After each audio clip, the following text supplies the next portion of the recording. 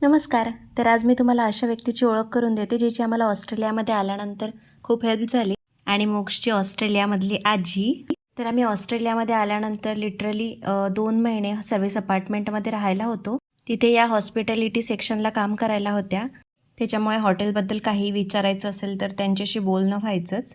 त्या मोक्षसोबत बराच time spend करायच्या आणि याला पण त्यांची कंपनी खूप आवडायची आणि आजीसारखंच रोज त्याच्यासाठी त्या खेळणे वगैरे आणायच्या. त्या अजूनही मोक्षची आठवण आली की घरी येतात.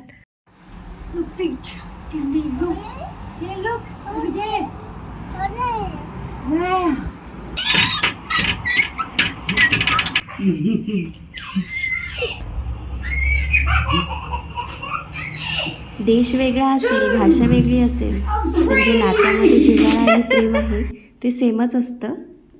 अशाच व्हिडिओजसाठी माझ्या चॅनलला सबस्क्राईब करा.